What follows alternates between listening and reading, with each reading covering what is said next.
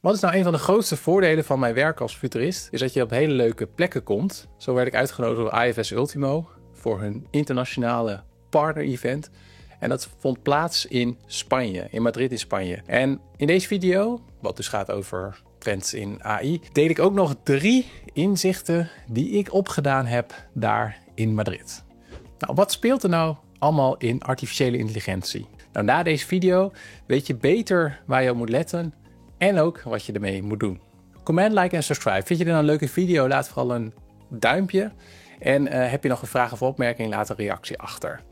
En vergeet je ook niet te abonneren op mijn kanaal. En dit is trouwens één van de 2 video's. Ik heb ook een video gemaakt over algemene trends in technologie voor 2025. Dus als je daar benieuwd naar bent, zoek vooral op mijn YouTube kanaal. Mijn vraag aan jou is, gebruik jij ook AI in je werk? En zo ja, wat gebruik je dan?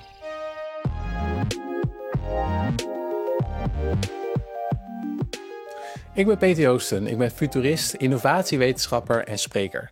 En mijn voornaamste thema waar ik over spreek is hoe word je nou future-proof? Dus wat zijn ontwikkelingen die op ons afkomen? Wat kun je als individu, als team, als organisatie doen om daar zo goed mogelijk op voorbereid te zijn? En een van de dingen is dus artificiële intelligentie. En wil je mij nu inhuren voor een workshop of een lezing? Stuur me vooral een berichtje. Wat is nou eigenlijk de basis van kunstmatige intelligentie? Nou, hierna heb je een beter fundament over waar het nou precies om gaat. En ik was in Assen voor een lezing voor DigiSaam. De Wille als zo vast als stol. Dat is Gronings, het was in Assen, maakt niet uit. Maar voor mij was een spreker, Maarten Sukel.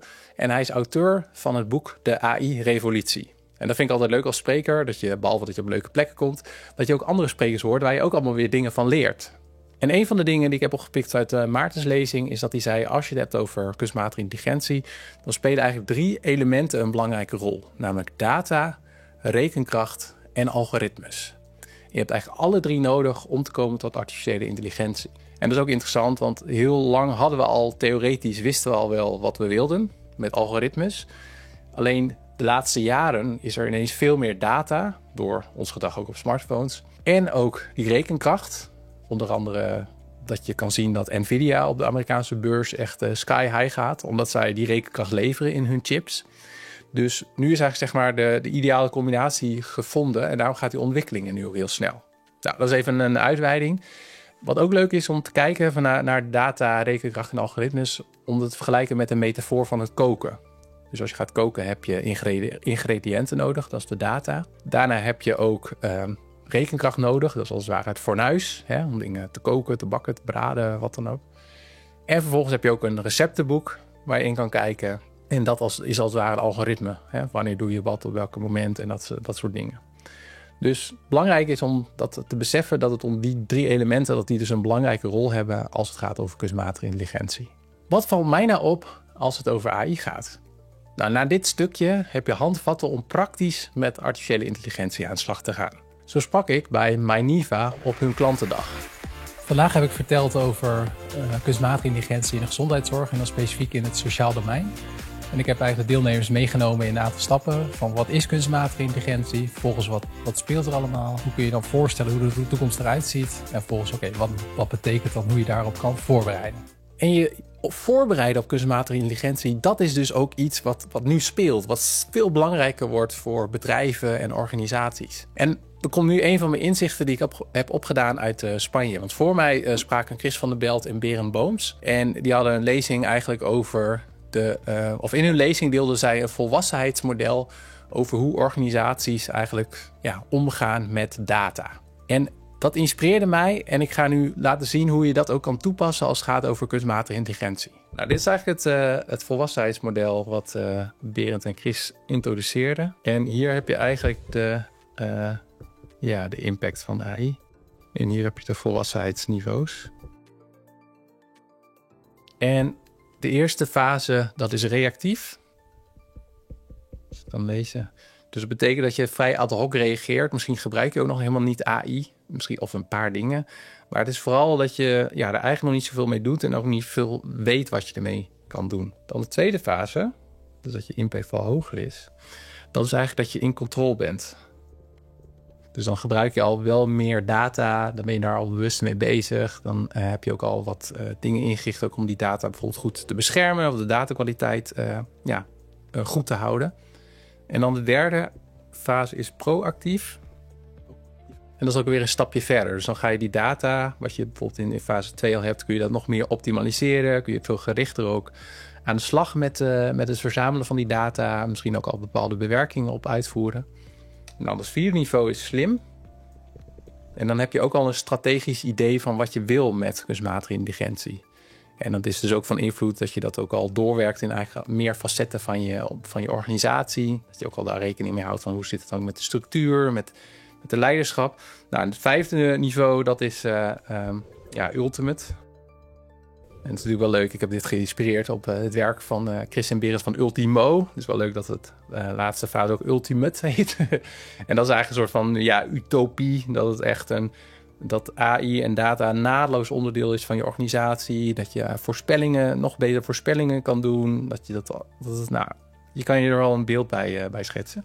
En wat nu interessant is aan dit model, is dat zij vertelde als het gaat over hun klanten. En ik denk dat hetzelfde geldt ook voor kunstmatige intelligentie. Kijk, de meeste mensen, de meeste organisaties, die willen natuurlijk hier zitten. Hè? Dat is natuurlijk waar je uiteindelijk naartoe wil. Dat heeft dan dan lopen processen beter, dan maak je meer winst. Nou, wat organisaties willen, dat klanten tevreden zijn. Maar zij hebben dus een research gedaan en dat eigenlijk de meeste organisaties die zitten nog wel hier. Ik denk dat de komende jaren dus wel de stap gaan zien van hoe kunnen we ook van in control naar meer proactief, meer slim, dat we die stappen ook meer gaan maken. Dus dat is een interessant model als het gaat dus ook over kunstmatige intelligentie in bedrijven en organisaties. Dus heel specifiek, je moet de basis op orde hebben, wil je hoger komen in die volwassenheidsniveaus. Nou, waar moet je dan aan denken? Denk bijvoorbeeld aan de datakwaliteit.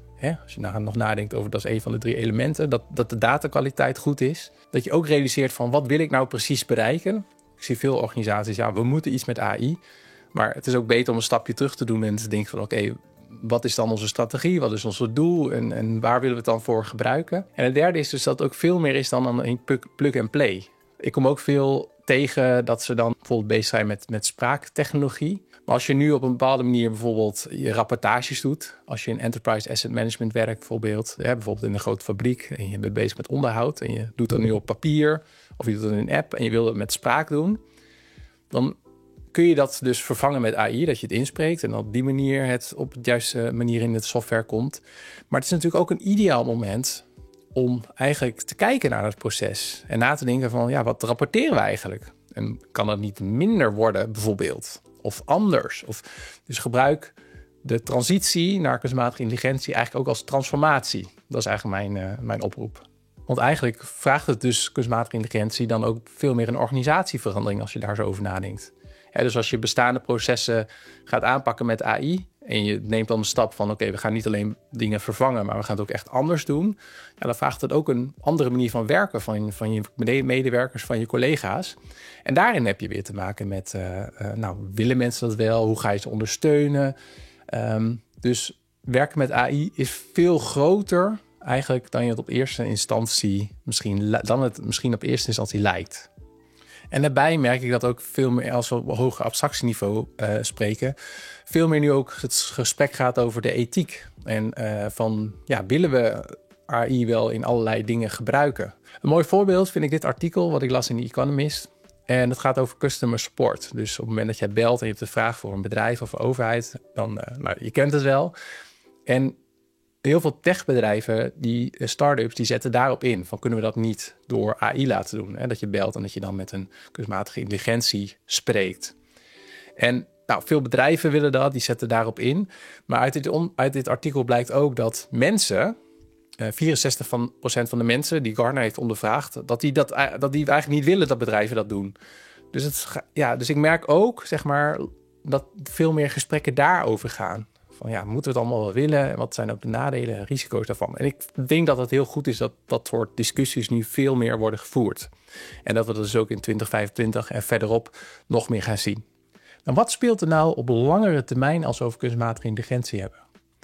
Nou, hierna, na dit blok, weet jij eigenlijk als een van de weinigen wat op dit moment eigenlijk wel een beetje onderbelicht is. Want tijdens mijn lezing in Madrid, en dit is het tweede inzicht uit Madrid, deelde ik met de zaal, waar dus veel mensen zitten van fabrieken, vliegvelden en ook gigafactories, zoals het gaat over batterijtechnologie. Dus heel veel van dat soort type bedrijven. En ik deelde bij hem het zogenaamde Genome Project van Alphabet van Google.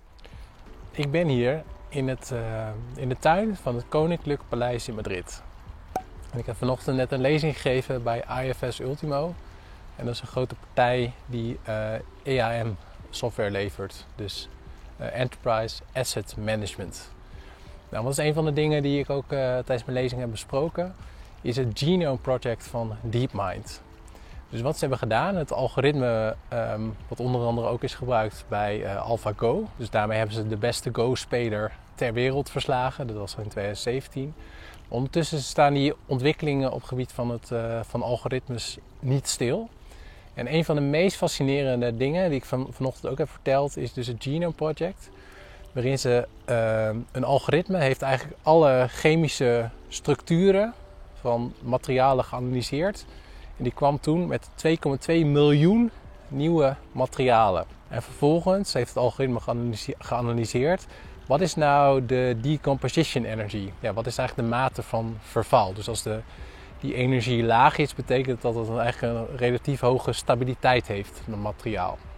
Dus van die 2,2 miljoen analyses op gedaan.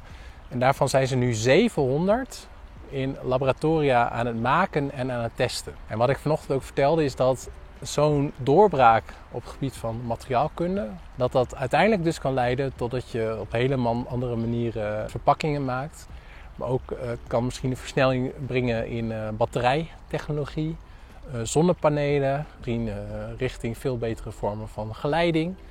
Dus materiaalkunde is de basis van heel veel dingen die we kunnen in fabrieken, waar EAM ook vooral over gaat. Maar dat zijn dus dingen die we misschien niet direct zien als gevolg van kunstmatige intelligentie, maar die heel goed kunnen dat we over 5 of 10 jaar daar de effecten van zien.